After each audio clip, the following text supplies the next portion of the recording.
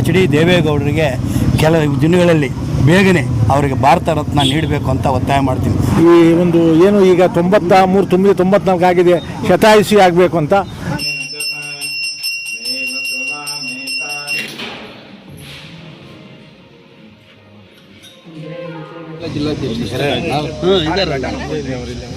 ಅಧ್ಯಕ್ಷ ಇಬ್ರು ಅವರು ನೋಡಪ್ಪ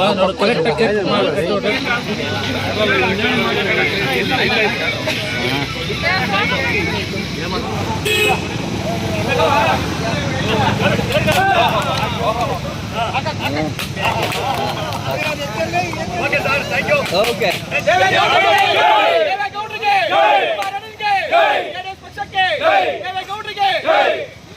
ನಮ್ಮ ನೆಚ್ಚಿನ ಮಾಜಿ ಪ್ರಧಾನಮಂತ್ರಿ ಶ್ರೀ HD ದೇವೇಗೌಡ ಅವರ ಹುಟ್ಟುಹಬ್ಬದ ಪ್ರಯುಕ್ತ ಇಂದಿನ ಊಟದ ವ್ಯವಸ್ಥೆ ಮಾಡಿರುವ ಶ್ರೀ ಮುನಿಯಪ್ಪ ಅವರು ಮತ್ತು ಸಂಗಡಿಗರು ಎಲ್ಲರಿಗೂ ಮಾನಸ ವೃದ್ಧಾಶ್ರಮದ ಎಲ್ಲರ ಪರವಾಗಿ ತುಂಬು ಹೃದಯದ ಧನ್ಯವಾದಗಳು.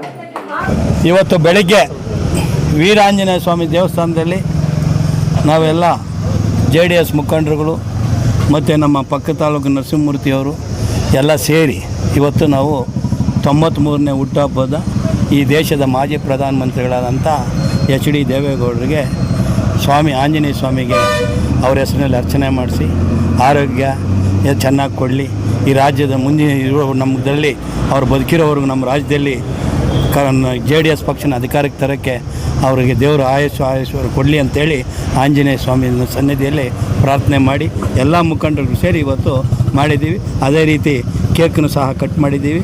ಅದೇ ರೀತಿ ತೆಂಗಿನಕಾಯಿಗಳನ್ನ 101 ತೆಂಗಿನಕಾಯಿ ಹರಕೆ ಮುಖಾಂತರ ತೆಂಗಿನಕಾಯಿ ಹೊಡೆದು ಅವ್ರು ಶುಭ ಹಾರೈಸಿದ್ದೀವಿ. ನನ್ನ ಒತ್ತಾಯ ಏನಂದರೆ ಇವತ್ತು ಅವರ ಹುಟ್ಟುದ ಹಬ್ಬದ ಒತ್ತಾಯದ ಏನು ಮಾಡ್ತಾಯಿದ್ದೀನಿ ಅಂದರೆ ಈ ದೇಶದ ಪ್ರಧಾನಮಂತ್ರಿಗಳಾದಂಥ ನರೇಂದ್ರ ಮೋದಿಯವರು, ಅಮಿತ್ ಶಾ ಅವರು ಮತ್ತು ಈ ದೇಶದ BJP ರಾಷ್ಟ್ರೀಯ ಅಧ್ಯಕ್ಷರು ನಿತಿನ್ ಅವರಲ್ಲೇ ಮನವಿ ಮಾಡ್ತಾಯಿದ್ದೀನಿ. HD ದೇವೇಗೌಡರಿಗೆ ಕೆಲವು ದಿನಗಳಲ್ಲಿ ಬೇಗನೆ ಅವರಿಗೆ ಭಾರತ ರತ್ನ ನೀಡಬೇಕು ಅಂತ ಒತ್ತಾಯ ಮಾಡ್ತೀನಿ.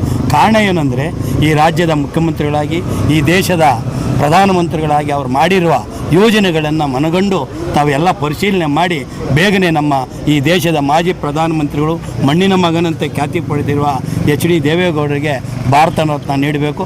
ಅದರ ಜೊತೆಗೆ ಇವತ್ತೇನು ಜೂನ್ನಲ್ಲಿ ಅವ್ರದ್ದು ರಾಜ್ಯಸಭಾ ಮುಕ್ತಾಯ ಆಗ್ತಾಯಿದೆ, ಅವರಿಗೆ ರಾಜ್ಯಸಭೆಯನ್ನು ನಮ್ಮ ಕರ್ನಾಟಕದಿಂದ ಆಗಬೇಕು ಅಂತ ಅವ್ರ ಆಸೆ ಒತ್ತಾಯ ಇರೋದರಿಂದ ಇನ್ನೊಂದು ಸಲ ಅವ್ರನ್ನ ರಾಜ್ಯಸಭೆಯ ಸದಸ್ಯರನ್ನಾಗಿ ಮಾಡಬೇಕು. ಕಾರಣ ಏನಂದರೆ ಲೋಕಸಭೆಯಲ್ಲಿ ಇವತ್ತು ಸೋಷಿಯಲ್ ಮೀಡಿಯಾ ಹೆಚ್ಚಾಗಿ ಬಂದಿರೋದ್ರಿಂದ ಈ ದೇಶದ ಮಾಜಿ ಪ್ರಧಾನಮಂತ್ರಿಗಳು ದೇವೇಗೌಡರು ನಮ್ಮ ರಾಜ್ಯದ ಬಗ್ಗೆ ಏನು ಮಾತಾಡ್ತಾ ಇದ್ದಾರೆ, ಯಾವ ರೀತಿ ಮಾಡ್ತಾ ಇದ್ದಾರೆ, ಈ ದೇಶ ಪ್ರಧಾನಮಂತ್ರಿಗಳು ನರೇಂದ್ರ ಮೋದಿಗೆ ಯಾವ ರೀತಿ ಸಪೋರ್ಟ್ ಕೊಡ್ತಾ ಇದ್ದಾರೆ ಅಂತ ಇವತ್ತು ನಾವು ಸೋಷಿಯಲ್ ಮೀಡಿಯಲ್ಲಿ ನೋಡಿರೋದ್ರಿಂದ ಪುನಃ ಅವರಿಗೆ ಇನ್ನೊಂದು ಸಲ ಅವಕಾಶ ಕರ್ನಾಟಕದಿಂದಲೇ ರಾಜ್ಯಸಭೆ ಜೂನ್ನಲ್ಲಿ ಬರತಕ್ಕಂಥ ಚುನಾವಣೆಯಲ್ಲಿ ಅವ್ರನ್ನ ಅಭ್ಯರ್ಥಿಯಾಗಿ ಜಯಶೀಲನ ಮಾಡಬೇಕು ಅಂತ ಈ ಮೂಲಕ ಈ ದೇಶದ ಪ್ರಧಾನಮಂತ್ರಿಗಳು, ಈ ರಾಜ್ಯದ ರಾಜ್ಯಾಧ್ಯಕ್ಷರಾದ ವಿಜೇಂದ್ರ ಮತ್ತು ಮಾಜಿ ಮುಖ್ಯಮಂತ್ರಿಗಳಾದ ಸದಾನಂದ ಗೌಡರು, ಬಸವರಾಜ ಬೊಮ್ಮಾಯಿ ಎಲ್ಲ ಮುಖಂಡರುಗಳಲ್ಲಿ ಒತ್ತಾಯ ಮಾಡ್ತಾ ಇದ್ದೀನಿ. ಅದೇ ರೀತಿಯಲ್ಲಿ BJP ನಮ್ಮ ಏನು BJP ಜಿಲ್ಲಾ ಘಟಕ ರಾಮಚಂದ್ರ ಇದ್ದಾರೆ, ಅವರೂ ಒತ್ತಾಯ ಮಾಡಬೇಕು, ದೇವೇಗೌಡರಿಗೆ ಭಾರತ ರತ್ನ ಮತ್ತು ರಾಜ್ಯಸಭೆ ಕೊಡೋಕ್ಕೆ ಅವರು ಒತ್ತಾಯ ಮಾಡಬೇಕು ಅಂತ ಈ ಮೂಲಕ ನಾನು ಒತ್ತಾಯ ಮಾಡ್ತಾ ಇದ್ದೀನಿ BJP ಮುಖಂಡರಿಗೆ. ನಮ್ಮ ಮಾಜಿ ಪ್ರಧಾನಮಂತ್ರಿಗಳಾದಂಥ HD ದೇವೇಗೌಡ ಅಪ್ಪಾಜಿಯವರಿಗೆ ಈಗ 93ನೇ ವರ್ಷದ ತುಂಬಿ 94 ಹೋಗ್ತಾ ಇದೆ. ಅವರು ಮೊದಲನೇದಾಗಿ ಶುಭಾಶಯ ತಿಳಿಸುತ್ತಾ ಈ ನಮ್ಮ ಈಗ ಏನು ಇವತ್ತು ನಮ್ಮ ದೇವೇಗೌಡರ ಅಪ್ಪಾಜಿಯವರ ಹುಟ್ಟುಹಬ್ಬವನ್ನು ನಮ್ಮ ಜಿಲ್ಲಾಧ್ಯಕ್ಷರಾದ ಮುನಿಯಪ್ಪಣ್ಣವರು ಮತ್ತು ನಮ್ಮ ಶಾಂತಮೂರ್ತಿಯವರು ಅನೇಕ ಮುಖಂಡರು ಇಲ್ಲಿ ವೀರಾಂಜನೇಯ ಸ್ವಾಮಿ ದೇವಸ್ಥಾನದಲ್ಲಿ ಮಾಡಿ ಒಂದು ಅವರಿಗೆ ಶುಭ ಕೋರಬೇಕು ಅಂಥೇಳಿ ಹೇಳಿದಾಗ ಎಲ್ಲ ನಮ್ಮ ಜನತಾದಳದ ಎಲ್ಲ ಕಾರ್ಯಕರ್ತರು ಬಂದು ಈ ದಿನ ಇದಾಗಿದ್ದಾರೆ. ಈಗ ನಮ್ಮ ದೇವೇಗೌಡ ಅಪ್ಪಾಜಿಯವರು ಈಗಾಗಲೇ ಎಲ್ಲರಿಗೂ ಗೊತ್ತಿದೆ, ಅವರು ನೀರಾವರಿಗೆ ಹೆಚ್ಚಿನ ಒಂದು ಒತ್ತು ಕೊಟ್ಟು ಇಡೀ ನಮ್ಮ ಕರ್ನಾಟಕಕ್ಕೆ ಕರ್ನಾಟಕಕ್ಕೆ ನಮ್ಮ ನೀರಾವರಿ ಏನು ಕೊಡಬೇಕು ಅಂಥೇಳಿ ಸುಮಾರು ಈ ಲೋಕಸಭೆಯಲ್ಲಿ ಸುಮಾರು ಚರ್ಚೆ ಮಾಡಿದ್ದಾರೆ. ಅದರಿಂದ ಅವರು ಏನು ಇವತ್ತು ಲೋಕಸಭೆಯಲ್ಲಿ ಮಾತಾಡಬೇಕಾದ್ರೆ ಭಾಳ ಅದು ಅವರು ಮಾತಿಗೆ ಭಾಳ ಬೆಲೆ ಕೊಡ್ತಾರೆ ನಮ್ಮ ಮೋದಿಜಿಯವರು ಮತ್ತು ನಮ್ಮ ಅಮಿತ್ ಶಾ ಅವರು.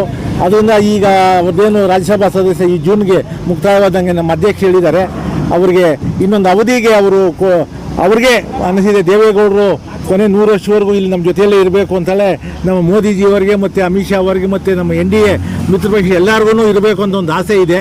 ಅದರಿಂದ ಅನುವು ಮಾಡಿಕೊಡ್ತಾರೆ ಅಂತ ನಾವು ಭಾವಿಸ್ತಾ ಇದ್ದೇವೆ. ಈಗ ಅವರು ನಮ್ಮ ರಾಜ್ಯದ ಬಗ್ಗೆ ಅನೇಕ ನೀರಾವರಿ ಮತ್ತು ಬೇರೆ ಏನು ರೈತರ ಬಗ್ಗೆ ಏನೇ ಕಷ್ಟ ಕಾರ್ಪಣ್ಯಗಳಿದ್ರೂ ಇಮ್ಮಿಡಿಯೇಟಾಗಿ ಅವರು ಒಂದು ಸಮಸ್ಯೆಗೆ ಪರಿಹಾರ ಹುಡುಕಿ ನಮ್ಮ ರೈತರು ಚೆನ್ನಾಗಿರಬೇಕು ಅನ್ನೋದೇ ಅವರ ಆಸೆ. ಅದರಿಂದ ಭಗವಂತನವರಿಗೆ ಈ ಒಂದು ಏನು ಈಗ 93 ತುಂಬಿ 94 ಆಗಿದೆ, ಶತಾಯುಷಿ ಆಗಬೇಕು ಅಂತ ನಾವು ಜಿಲ್ಲಾ ಘಟಕದಿಂದ ನಾವು ಅವರಿಗೆ ದೇವರಲ್ಲಿ ಬೇಡ್ಕೊಳ್ತಾ ಇದ್ದೇವೆ.